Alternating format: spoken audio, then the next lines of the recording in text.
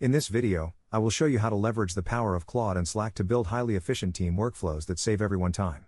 Many teams struggle with long meetings that drain productivity, but you can automate your daily routine by using a simple asynchronous stand-up. To begin, open Claude and give it a specific persona to get the best results. You should input a prompt that asks it to act as a Scrum Master and design a concise 3-question workflow for your specific team, such as a remote engineering group. Make sure to specify that you want these questions to be short because this helps maximize completion rates among busy colleagues.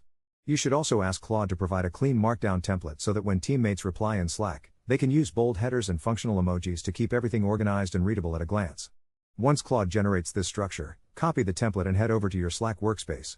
You can then use the Slack Workflow Builder or simply pin the template to a dedicated channel where the team checks in every morning.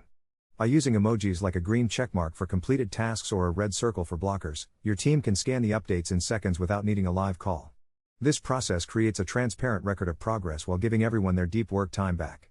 Claude makes it incredibly easy to customize these prompts for marketing, sales, or any other department by simply swapping the team role in your initial request.